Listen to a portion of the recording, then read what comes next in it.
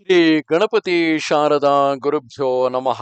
ಯತ್ರ ಯೋಗೇಶ್ವರ ಕೃಷ್ಣೋ ಯತ್ರ ಪಾರ್ಥೋ ಧನುರ್ಧರಃ ತತ್ರ ಶ್ರೀ ವಿಜಯ ಭೂತಿರ್ಧ್ರುವ ನೀತಿರ್ಮತಿರ್ಮಮ. ಶ್ರೋತೃಗಳಿಗೆ ಶ್ರೀ ಅಳಸಿಂಗರಾಚಾರ್ಯ ವಿರಚಿತ ಶ್ರೀ ವ್ಯಾಸ ಮಹರ್ಷಿ ಪ್ರಣೀತ ಶ್ರೀಮನ್ ಮಹಾಭಾರತದ ಉದ್ಯೋಗ ಪರ್ವದಲ್ಲಿ ತನ್ನ ಸ್ತೋತ್ರಕ್ಕೆ ಪ್ರಸನ್ನಳಾಗಿ ಗೋಚರಿಸಿದ ಉಪಶ್ರುತಿಯೊಡನೆ ಶಚೀದೇವಿಯು ಒಂದು ತಾವರೆ ದಂಟಿನ ವಿವರದ ಮಾರ್ಗವಾಗಿ ಹೋಗಿ ಅಲ್ಲಿದ್ದ ಇಂದ್ರನನ್ನು ಕಂಡು ಅವನನ್ನು ಸ್ತುತಿಸಿ ಅವನಿಗೆ ನಹುಷನ ವೃತ್ತಾಂತವನ್ನು ತಿಳಿಸಿದುದು ಎಂಬ 14ನೆಯ ಅಧ್ಯಾಯಕ್ಕೆ ಸ್ವಾಗತ. ಓ ಧರ್ಮಪುತ್ರ, ಒಡನೆಯೇ ಉಪಶ್ರುತಿ ದೇವಿಯು ಸಾಧ್ವಿಯಾದ ಶಚಿಯ ಮುಂದೆ ಆಕಾರದೊಡನೆ ಕಾಣಿಸಿಕೊಂಡಳು.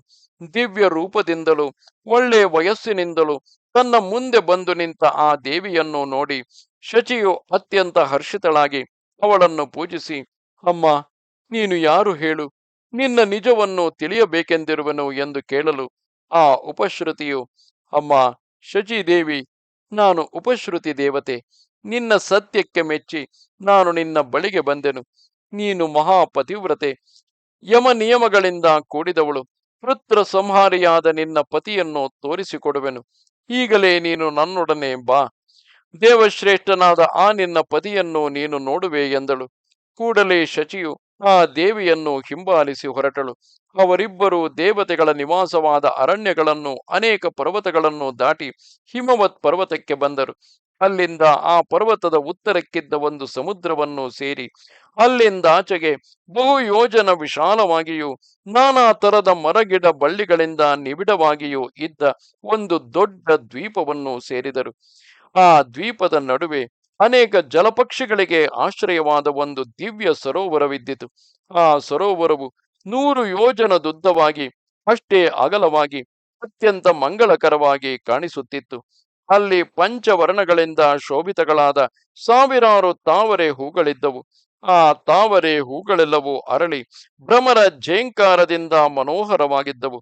ಆ ಸರೋವರದ ನಟ್ಟ ನಡುವೆ ಬೇರೆ ಎಲ್ಲಕ್ಕಿಂತಲೂ ದೊಡ್ಡದಾಗಿಯೂ ಅಂದವಾಗಿಯೂ ಇದ್ದ ಒಂದೇ ತಾವರೆ ಗಿಡವಿದ್ದಿತು. ಅದರ ದಂಟು ಗೌರವರ್ಣವಾಗಿ ಚೆನ್ನಾಗಿ ಅರಳಿದ ಒಂದು ದೊಡ್ಡ ಕಮಲದ ಹೂವಿನಂತೆ ಶೋಭಿಸುತ್ತಿದ್ದಿತು. ಉಪಶ್ರುತಿ ದೇವಿಯು ಆ ಹೂವಿನ ನಾಳವನ್ನು ಕೊರೆದುಕೊಂಡು ಶಚಿಯನ್ನು ತನ್ನೊಡನೆ ಕರೆದುಕೊಂಡು ಅದರೊಳಗೆ ಪ್ರವೇಶಿಸಿದಳು. ಆ ತಾವರೆ ದಂಟಿನಲ್ಲಿದ್ದ ಒಂದು ನೂಲೆಳೆಯ ರಂಧ್ರದಲ್ಲಿ ಇಂದ್ರನು ಅತಿಸೂಕ್ಷ್ಮ ರೂಪದಿಂದ ಅಡಗಿದ್ದುದನ್ನು ಕಂಡು ಉಪಶ್ರುತಿ, ಶಚಿ ಇವರಿಬ್ಬರು ತಾವು ಅದಕ್ಕೆ ತಕ್ಕ ಸೂಕ್ಷ್ಮ ರೂಪದಿಂದ ಅವನಿದ್ದಲ್ಲಿಗೆ ಹೋದರು. ಆಗ ಶಚಿಯು ಆ ಇಂದ್ರನು ಹಿಂದೆ ನಡೆಸಿದ ಪ್ರಸಿದ್ಧ ಕಾರ್ಯಗಳನ್ನೆಲ್ಲ ನಿರೂಪಿಸಿ ಸ್ತೋತ್ರ ಮಾಡಿದಳು. ಅದನ್ನು ಕೇಳಿ ಇಂದ್ರನು ಶಚಿಯನ್ನು ಕುರಿತು, ಅಯ್ಯೇ, ಇಲ್ಲಿಗೇಕೆ ಬಂದೆ ಎಂದನು. ಆಗ ಶಚಿಯು ನಹುಷನು ತ್ರೈಲೋಕ್ಯಾಧಿಪತ್ಯವನ್ನು ಪಡೆದು ಮಹಾವೀರ್ಯವಂತನಾಗಿ ಬಹಳವಾಗಿ ಕೊಬ್ಬಿರುವನು. ದುಷ್ಟಾತ್ಮನಾದ ಆ ಪಾಪಿಯು ನನ್ನನ್ನು ತನಗೆ ಪತ್ನಿಯಾಗಬೇಕೆಂದು ನಿರ್ಬಂಧಿಸಿದನು. ಕೊನೆಗೂ ಬಿಡದೆ ಕ್ರೂರ ಸ್ವಭಾವವುಳ್ಳ ಆತನು ನನಗೆ ಒಂದು ಕಾಲಾವಧಿಯನ್ನು ನಿರ್ಣಯ ಮಾಡಿರುವನು. ಈಗಲೂ ನೀನು ನನ್ನನ್ನು ರಕ್ಷಿಸಿಕೊಳ್ಳದಿದ್ದರೆ ಅವನು ನನ್ನನ್ನು ಕೈ ಸೇರಿಸಿಕೊಳ್ಳುವುದು ನಿಶ್ಚಯವು. ಇದಕ್ಕಾಗಿಯೇ ನಾನು ಎಷ್ಟು ಶ್ರಮದಿಂದ ನಿನ್ನಲ್ಲಿಗೆ ಬಂದೆನು. ಮಹಾಬಾಹು, ಪಾಪದಲ್ಲಿಯೇ ನಿಶ್ಚಯ ಬುದ್ಧಿಯುಳ್ಳ ಕ್ರೂರನಾದ ಆ ನಹುಷನನ್ನು ಬೇಗನೆ ಕೊಲ್ಲುವ ಯೋಚನೆಯನ್ನು ಮಾಡು. ನೀನು ಇಲ್ಲಿ ಅವಿತುಕೊಂಡಿರದೆ ನಿನ್ನ ಸ್ವರೂಪವನ್ನು ಹೊರಕ್ಕೆ ಕಾಣಿಸು. ನಿನ್ನ ಸಹಜವಾದ ತೇಜಸ್ಸನ್ನು ಅವಲಂಬಿಸಿ ನಿನ್ನ ದೇವರಾಜ್ಯವನ್ನು ಕೈ ಸೇರಿಸಿಕೊಂಡು ಮೊದಲಿನಂತೆ ಅದನ್ನು ಪಾಲಿಸು ಎಂದಳು. ಇದು 14ನೆಯ ಅಧ್ಯಾಯವು. ನಮಸ್ತೆ ಶಾರದೆ ದೇವಿ, ಕಾಶ್ಮೀರ ಪುರವಾಸಿನಿ, ತ್ವಾಮಹಂ ಪ್ರಾರ್ಥಗೆ ನಿತ್ಯಂ, ವಿದ್ಯಾದಾನಂಚ ದೇಹಿಮೆ. ನಮಸ್ಕಾರ.